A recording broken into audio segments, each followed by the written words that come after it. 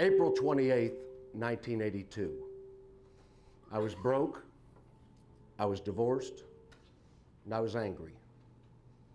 I was sneaking out of my apartment in the middle of the night, packing my every earthly possession into my 1973 buy here, pay here car. 35 years old, starting over again. This wasn't the first time I'd hit bottom. I tied the mattresses up on top of the roof, all wrapped up in plastic. And in the middle of the night, I left town forever. Headed for Atlanta, Georgia, where I'd only been one time. I didn't know anybody there. I didn't know what I was going to do. I knew I was a professional car salesman. That's all I knew.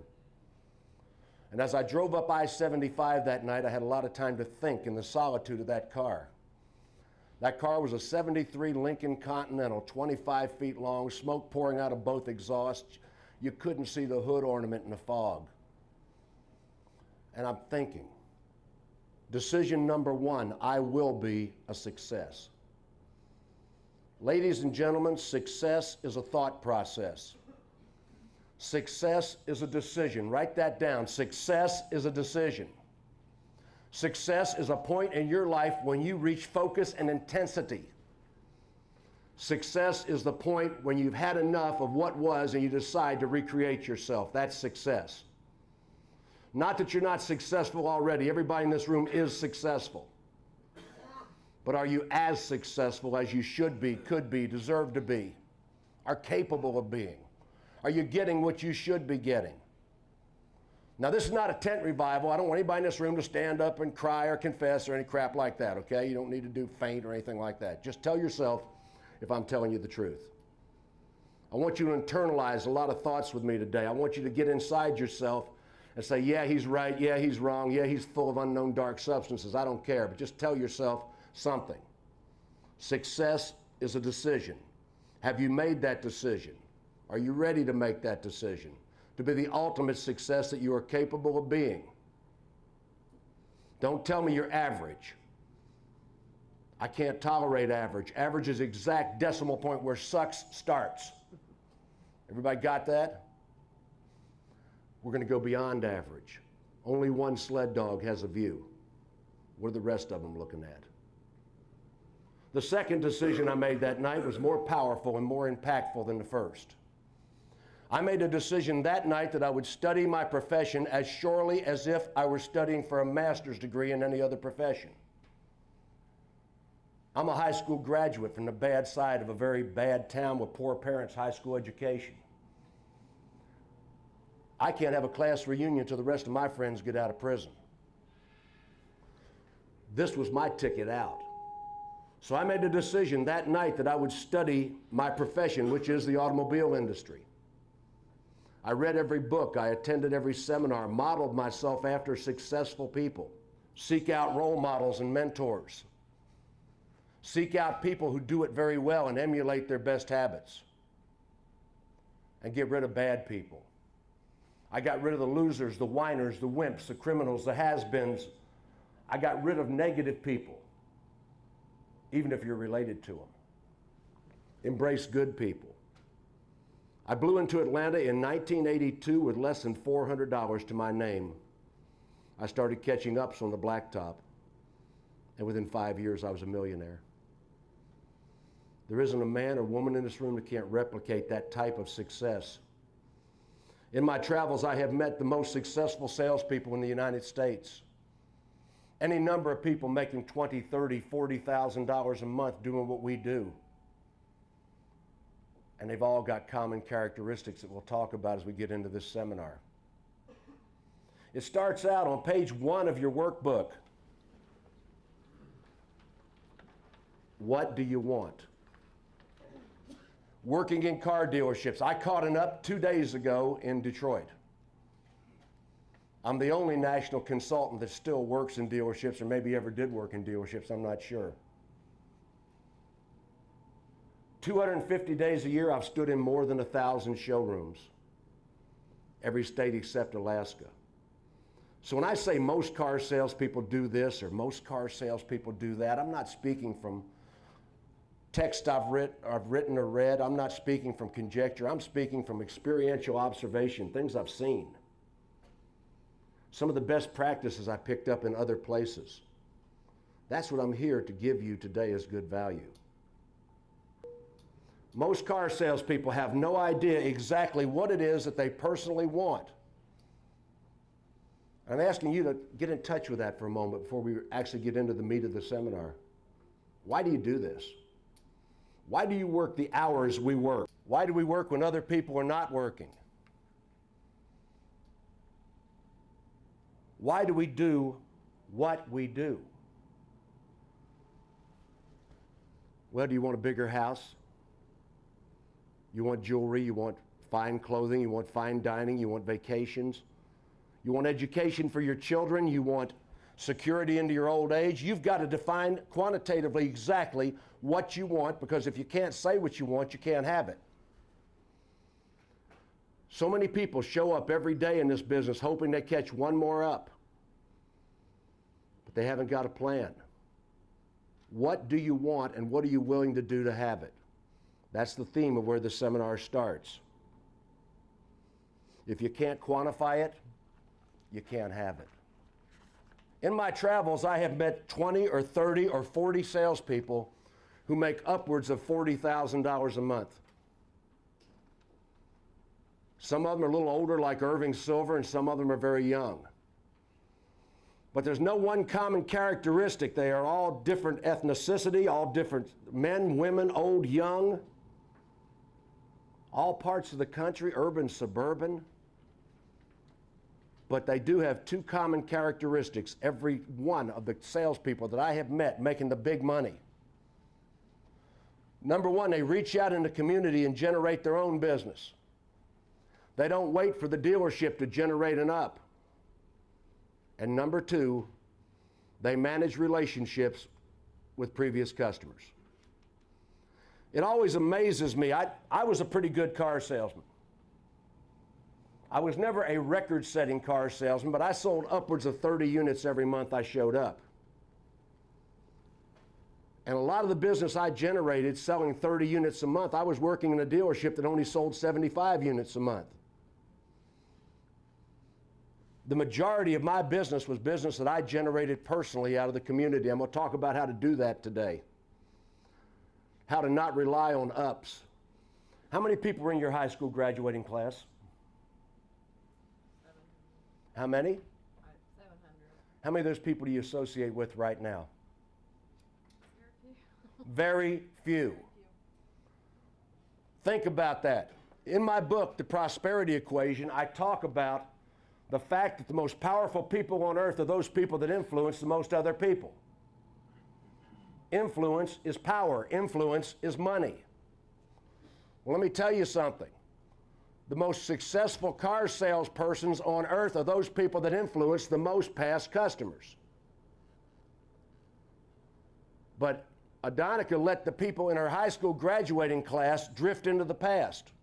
They evaporated. As I travel 250 days a year speaking, consulting, working in these dealerships, it amazes me that dealers spend hundreds of thousands of dollars advertising for strangers, people they've never met, and they spend no amount of time revisiting past customers. Every dealership in this room's got people driving cars that were bought from a salesperson at your dealership that is no longer with the company and nobody is in touch with them. True or false? True or false? True. True. There is unlimited opportunity in every dealership to resurrect past customers. Past customers are your best and cheapest source of new business. And nobody's paying attention to them. We let them drift into the past like your high school graduating class, and they evaporated. There was a salesman in Atlanta that retired about 6 months ago who was making upwards of $60,000 a month in a Chevrolet dealership. Now, he was an older man. He was approaching 70 years of age, and he retired finally. He had been with that same dealership 35 years. And he had kept in touch with those people through the years. He became part of their families. He attended their weddings, their funerals, their baptisms, their graduations. Everything I talk about today is going to center on two things: customer relationship management on an individual basis, managing the relationships with your past customers. We're going to talk about finesse selling and relationship selling. You don't have to pound the customers into submission to make high grosses, high volume, and high CSI. People say, Ziegler, how do you make the grosses that you do in these dealerships? And they're always looking for something that we're beating the customer into submission, and that's not the case. It's all finesse and technique. Words that you say are your toolbox, and we're going to spend a lot of time today talking about that. And it's about the relationship. It's not about the money. That theme is going to pervade this seminar. Because I'm talking to people right now in this room who are not selling cars. You're too busy selling deals. The whole damn conversation from handshake to tail lights is about the deal. They never get to know you, you never get to know them, and they don't care about you, and you really don't care about them. I'm going to talk about how to create customers for the rest of your life. Not theory, things we actually do in reality in real dealerships. Now, when I talk about the super performing salespeople, and I could name all of them, they've got some common characteristics. Somebody in your dealership last month made $8,000, $9,000, $10,000, $15,000. True? True? Somebody else in your dealership made $1,500. True? What's the difference between the $1,500 salesperson and the $15,000 a month salesperson? Relationships. They get it. It's not about the money, it's about the relationship. And there's a lot of relationships we're talking about. The prosperity equation starts with attitude.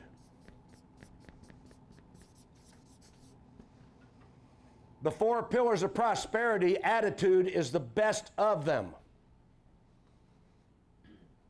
Attitude. I can't teach you attitude. I can only demonstrate it.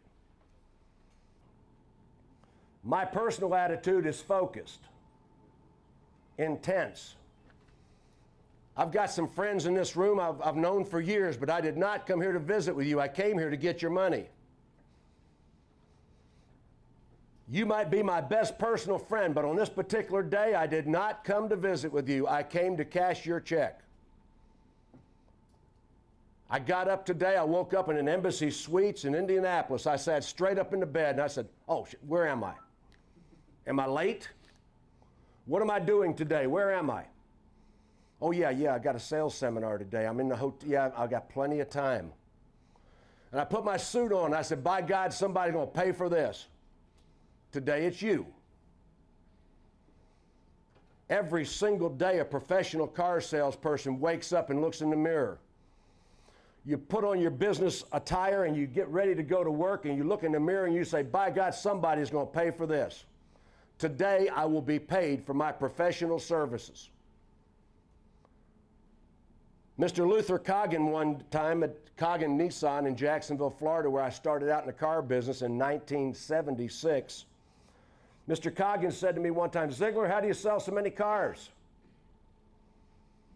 And in my little West Jacksonville redneck way, I said, you know, Mr. Coggin, I sell a car every day I show up. Every day I show up, I sell a car. That's what I came to do, is to deliver a car every day I show up, and that'll get me 30 units a month most months. That's how simplistic my sales plan was. I didn't come to visit with the other salespeople. What is your name? TJ. TJ, if I work with you, you and I would probably be friends. More than likely. I guarantee it. Good morning, TJ. Good to see you. Hey, Jim, how you doing? Oh, everything going well? Great. Couldn't be better. Fantastic. Can I help you do anything? No, I'm good. Go. Get the hell away from me. I have never sold a car to a salesperson I work with.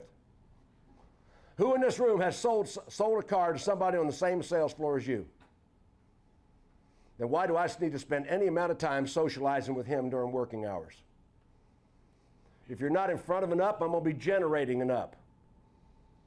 If I'm not in front of a customer, I'm going to be creating a customer. Does that make sense to you? That's all it's all about. Most salespeople have more downtime than you have uptime. And you're not doing anything creative with your downtime. And you hear the old timers like old Irving Silver there. And he talks about how he created his own business, how he advertised, how he prospected. When he didn't have an up in front of him, he was feverishly creating one. Attitude. The second pillar of prosperity is desire. How badly do you want it? I submit to you that the $1,500 a month salesperson might be well satisfied with that. Outwardly complaining, but oh, it's really okay. They got a beer and pretzels mentality, live with mom and dad, and maybe they got a rich spouse or retirement from the post office. I don't know. I couldn't envision living on $1,500 a month. And if I was a manager and I had a salesperson making $1,500 a month, I would allow that 1 month in a row. Elevate, move up. The $1,500 salesperson and the $15,000 salesperson worked the same number of hours. They had access to the same ups out of the same community, selling out of the same inventory. The difference is attitude and desire. How badly do you want it? I had a young consultant come up to me at the NADA convention last year. Nice young guy, I mean, nothing against him. He said, Mr. Ziegler, I'm going to be where you are someday. I'm going to do what you do. And I told him, I said, you'll never be me. I know you. You haven't got what it takes to be me. You're not willing to pay the price to be me. You spend more time planning your weekend, your vacation, your leisure time than you do planning your life and your serious business. My little company made over $4 million last year with 5 employees. And sometimes I get real excited about that until I start to realize that Bill Gates has $49 billion. Piss me off. One guy's got more money than 2/3 of the Earth's population. Personally, I've decided to allow him to win. But you know what? Whatever meager level I've arrived there because I'm willing to do things other people are not willing to do to get what they say they want. Did you get that? Are you willing to do things other people are not willing to do to get what they say they want? How deep and how burning is your desire to be a success?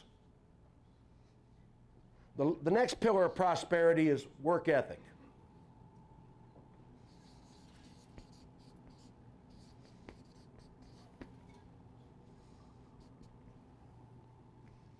I think that's sort of self-explanatory. You can be there and not be there, can't you? What is your work ethic? And the last pillar of prosperity is competency. That's where this seminar starts. I can't give you attitude. I can only show you what it looks like. I can't give you desire. I can't give you work ethic. But I can tell you how to sell cars. If competency is all you lack, I can help you there. Work ethic, you got it or you don't. Desire, you can create it. Attitude can happen when you make a decision. But competency, sales is a profession, not only a profession, I am a sales technician, and that's what I teach other people. It's a science. From meet and greet the customer through delivery, you build a sale the way you build a house, step by step. And you don't get out of your progress. Average people with great processes can yield incredible results. You don't need to be a superstar to be a success. You need to master the process. Words are your toolbox. The things you say to the people, the word tracks, the timing. I'm going to break the sale down step by step, and I'm going to go beyond the basics. And sometime today, you're going to sit there and you're going to say, I used to do that. And I'm going to say, do it used to work? Do we have a meeting one day and say, hey, let's stop doing everything that works? Just because you know what I'm teaching is no evidence that you're doing it. Does that make sense? Yes, sir. To actually do what we say we do. Tony, the speaker, just came down. You want to put that back up for me, Lynn? Thank you.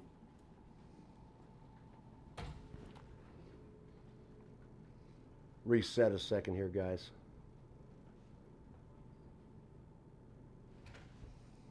Just because you know how to sell cars is no evidence you're actually doing it. It's a commitment. From the moment they come to the lot to the very moment you see the taillights cross the curb.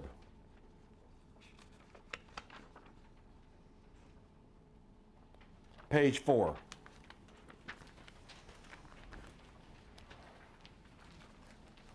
A deal has a pulse, a deal has a rhythm, a deal has a heartbeat. You know when you're in the rhythm of the deal and you know when you're not in the rhythm of the deal. Is that true or false? You know when the customer's getting frustrated, you know when they're backing out, you know when they've been sitting too long trying to get in the F&I office, you know when the used car manager's been farting around too long trying to get a figure on the trade. True? The heartbeat of a deal. Some salespeople in this room, if I had to categorize you, I'd call you track stars. From handshake to the desk in 17 minutes trying to make a $40,000 decision. That's a track star. Other salespeople march these people around for 40, 50, 60 minutes till they leave.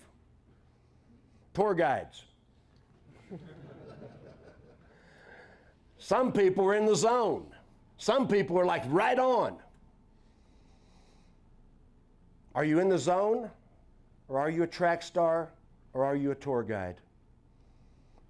Have you fallen into the stinking thinking that negotiating is selling a car?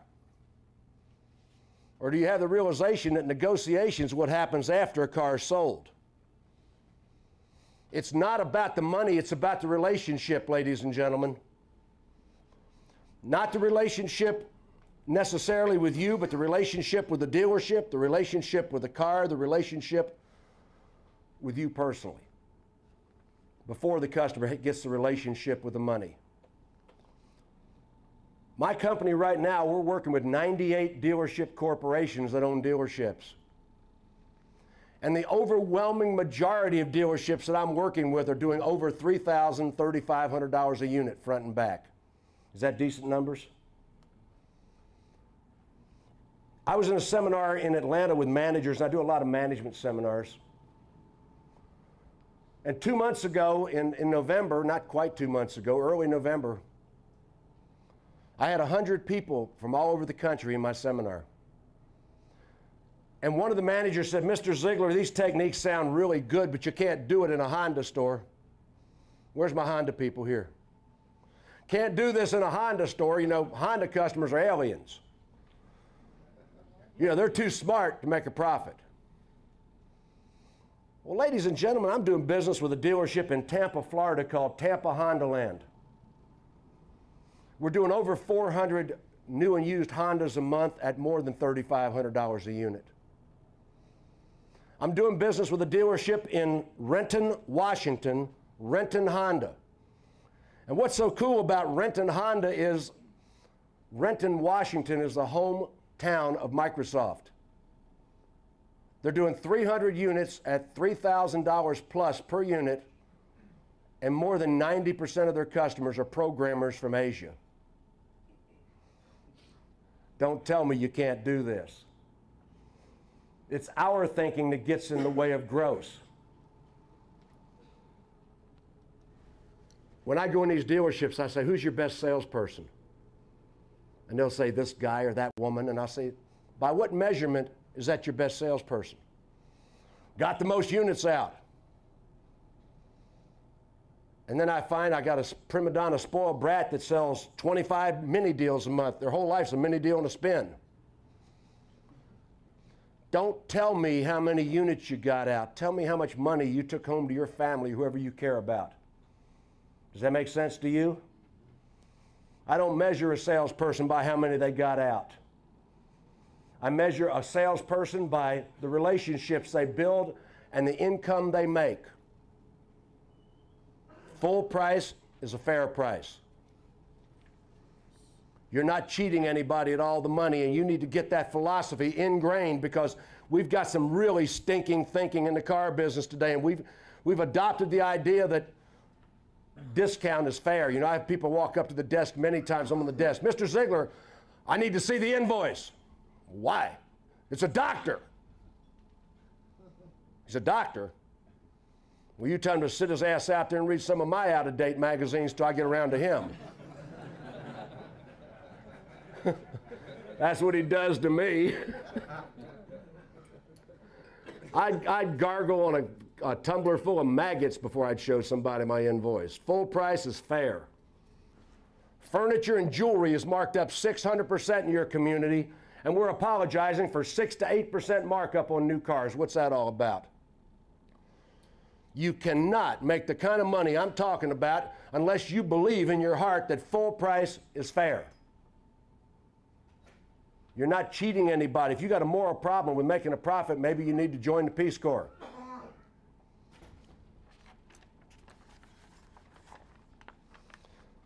On page 4, it gets into the first step on the road to success. This is not a green pea sales class. But in the course of this course, I'm going to talk about the road to the sale that we all grew up with. But I'm going to talk about it in a little different way than you've heard about it before.